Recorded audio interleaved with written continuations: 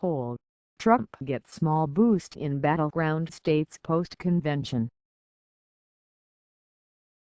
Donald Trump gets a small boost in support across the battleground states coming out of his convention.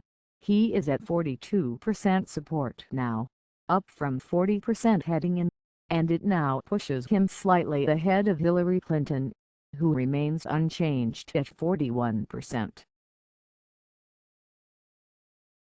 Republicans in the battleground states liked what they saw, much more so than independents, as the continued closeness of the contest and this limited movement, even after the convention, is another example of how staunch partisanship is both defining and constraining this race. Voters in this study were re-interviewed and had also registered their preferences before the convention. The vote change, such as it is, comes almost entirely from a handful of those voters who were undecided or unsure last week, and not from a conversion of voters who were previously with Clinton. Clinton's support remains the same despite so much of the convention's rhetorical focus on her and the Democrats.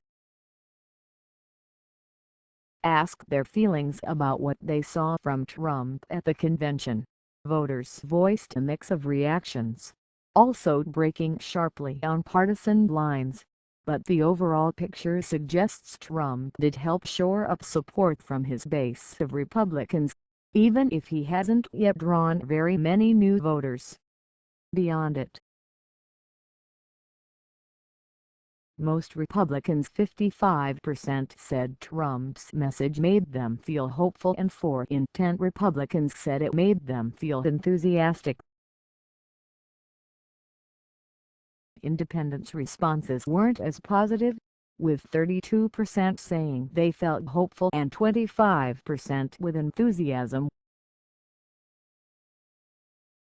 Meanwhile, 63% of Democrats said what they saw and heard from Trump made them feel scared, echoing similar sentiments that many had expressed during the primary season.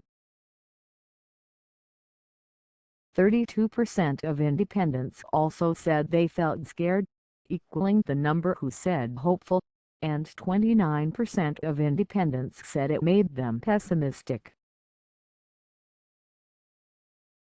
Play video. CBSN Trump delivers grim speech to end Republican convention. CBS News Major Garrett breaks down Donald Trump's 76-minute acceptance speech at the Republican National Convention. Voters were also very evenly split on how the proceedings changed their views of Trump, regardless of current vote. Just as many said it had made them more positive about him as said it had made them more negative toward him.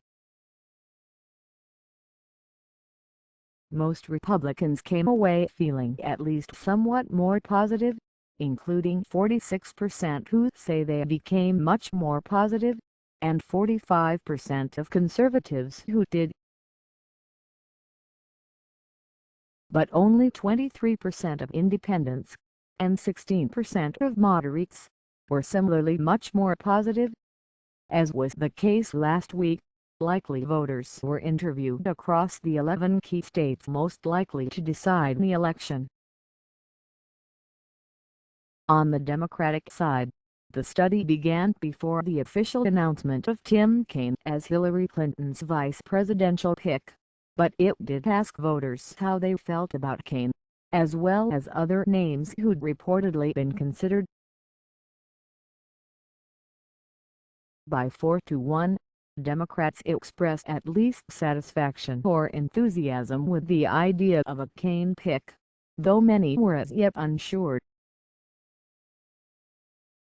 Asked how they would feel about Elizabeth Warren, Democrats were more likely to express enthusiasm, though Warren was also better known. Liberals specifically, like Democrats, were on balance satisfied with the idea of a Kaine pick.